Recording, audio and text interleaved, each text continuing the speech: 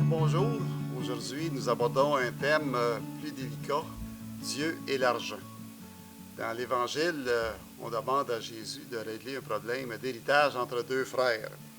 Et lui va répondre par une parabole d'un homme qui avait une grande récolte et qui a voulu engranger pour les années futures pour avoir une meilleure vie. Et Jésus de lui répondre, aujourd'hui même, ta vie te sera demandée. Pour nous qui vivons au Québec, nous sommes habitués d'amasser pour l'hiver la récolte parce qu'il y a environ juste 5 mois où la végétation est active. C'est plus, on retient plus la fable de La Fontaine qui nous parle de la cigale et la fourmi. On est habitué d'amasser pour l'hiver. Alors, je vous propose deux exemples qui est un peu en lien avec l'Évangile. J'ai un de mes petits cousins, c'est un entrepreneur qui a beaucoup travaillé et puis qui, dans la cinquantaine, il a dit « Maintenant, je vais vivre ma vie pleinement, je vais dépenser tout ce que j'ai, bon, les voyages, le bateau, etc., pour que lorsque j'arriverai à la maison de retraite, il ne me reste plus rien.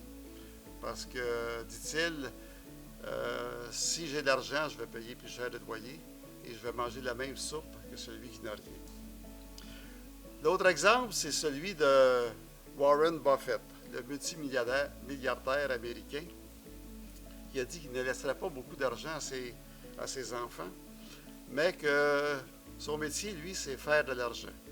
Et quand il va mourir, il va tout donner à des œuvres de charité comme celle de Bill Gates. Alors, lequel de ces deux exemples ressemble plus à la parole de Dieu? Dans mon interprétation, si tu es capable de faire de l'argent, si tu es un employeur, fais-en. Parce que pour donner à des pauvres, à des fondations, il faut être riche. Si tu es un employé, bien, fais bien ton travail. Parce que c'est important de gagner le salaire pour lequel tu as été engagé. Et puis, si tu vis de l'aide sociale ou d'une fondation, peu importe, à cause de la maladie, à cause d'un accident, sois respectueux envers ceux qui te donnent de l'argent.